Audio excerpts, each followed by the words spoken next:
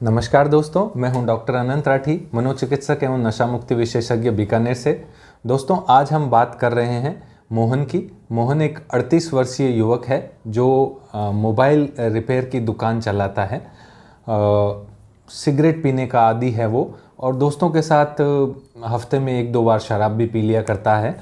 2 साल पहले उसे डायबिटीज़ हो गई, क्योंकि जो दरअसल है मोहन का बैठे रहने का काम ज़्यादा रहता है और खाने पीने पर उसका कंट्रोल अच्छा नहीं है।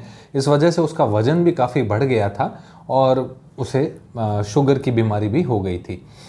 पिछले 6 महीने से मोहन जो है दिन भर कंप्यूटर की स्क्रीन पे बैठा कुछ न कुछ वेबसाइट्स पे ऑर्डर करता रहता है, चीज़ें देखता रहता है और उसके पार्सल दुकान पे आते रहते हैं।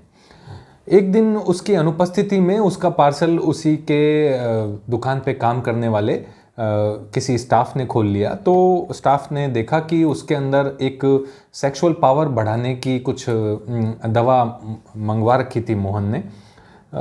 स्टाफ ने मोहन को पूछा कि ये क्या बात है, इस तरह की दवा का आप इस्तेमाल क्यों कर रहे हो। तो मोहन ने बात टाल दी। स्टाफ ने कहा कि आप बेझिझक मुझे बताइए, मैं आपकी इसमें मदद कर सकता हूँ। लेकिन मोहन ने बात किसी भी तरीके से टाल दी। लेकिन थोड़े दिनों तक ये परेशानी चलती रही। फिर आखिर मोहन ने उसके साथ बात करना शुरू किया कि पिछले 1 साल से उसका वैवाहिक जीवन जो है वो सही नहीं चल रहा, क्योंकि जो है मोहन के अपने पत्नी के साथ जो सेक्सुअल रिलेशंस हैं वो सेटिस्फाइंग नहीं हैं।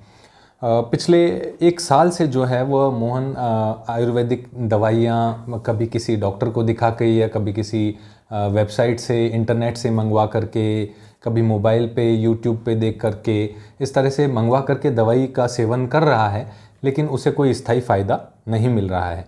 और लगातार अपनी इस परेशानी को लेकर के मोहन स्वयं भी परेशान रहने लगा है और उसकी वाइफ भी अब जो है वह थोड़ी चिड़चिड़ी रहने लगी है कि जो है वह मोहन की बीमारी ठीक होने का नाम नहीं ले रही है। दोनों के बीच में टेंशन काफ़ी बढ़ गई है और 1-2 बार तो बात तलाक तक भी आने लग गई थी। इस तरह की बात जब हुई तो तुरंत ही स्टाफ ने मोहन को कहा कि आप एक बार किसी मनोचिकित्सक से मिलिए। तो मोहन मनोचिकित्सक से मिलने के लिए गया।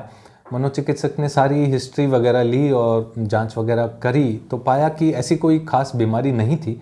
एक्चुअल में जो मोहन को डायबिटीज़ थी, मोटापा था और साथ में नशा करता था। ये 3 समस्याएं थी जो एग्रीवेट कर रही थी उसकी प्रॉब्लम को। तो सबसे पहले तो मोहन को एक व्यायाम करने की सलाह दी गई, मीठे को और अपने खान पान को कंट्रोल करने की सलाह दी गई, अपना वज़न कम करने की सलाह दी गई, शुगर को नियंत्रित रखने के लिए कहा गया। इस तरीके से जब उसका कुछ वज़न कम हुआ और फिर साथ में डॉक्टर ने उसकी काउंसलिंग भी की और कुछ ऐसी टेक्निक्स के बारे में बताया, specially master and Johnson technique होती है, उसके बारे में बताया, जिससे वह जो है अपनी सेक्सुअल परफॉर्मेंस या सेक्सुअल टाइमिंग्स को बढ़ा सकता है। तो इस तरीके से मोहन को जो है अपनी परफॉर्मेंस में काफ़ी सुधार महसूस हुआ।